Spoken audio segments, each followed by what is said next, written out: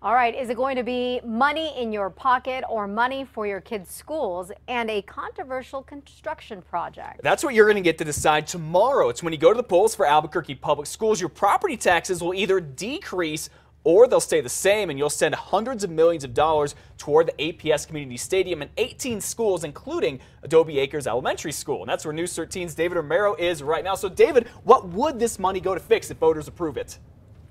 Take a look at this, Matt. This is where the money will go here into the classroom and all around these campuses.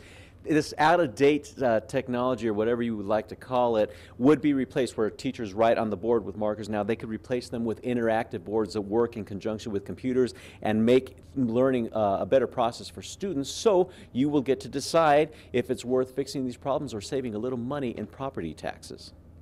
Renovate, renew, and restore. That's what the Albuquerque Public School District hopes you give it the green light to do with an extra $368 million that it says it badly needs, especially here at Adobe Acres Elementary. And being that we're sitting in a school building that's had a minimal classroom addition since 1964, I think that it's really important that we get our students in classrooms that are updated and up to speed and have current technology with other schools. Adobe Acres principal Anitra Adler says her school and others have needed these upgrades for not just years but decades. And these upgrades include new classrooms and technology. Most of our classrooms only had 2 outlets in the classroom, which didn't provide teachers a lot of room to bring in computers or the new Promethean boards, interactive Promethean boards for our students to use.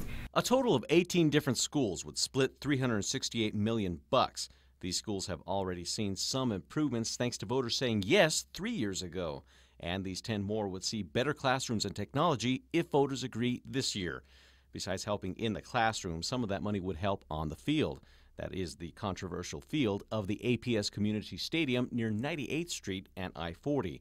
It's been a hot-button issue since even before voters approved $38 million for it back in 2010, and it still is today. Personally, I think I'd rather that money go towards the schooling or something that would help the community as a whole. All the kids need it, you know. I mean, the stadium that's being built over here off of 98th is going to be a great thing for the kids. My grandkids will land up playing sports there. And so will a lot of other kids.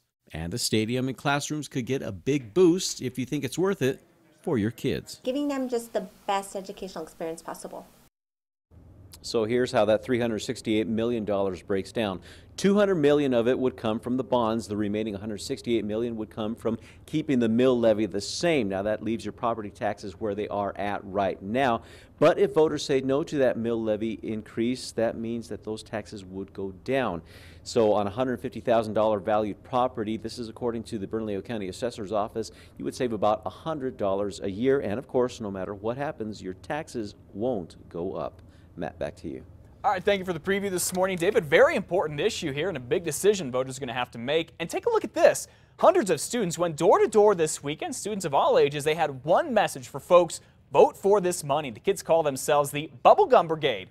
And they say if you vote yes, you will make a big difference in their education. Also, when you go to the polls tomorrow, you'll get to decide on who is on APS's school board and C&M's governing board.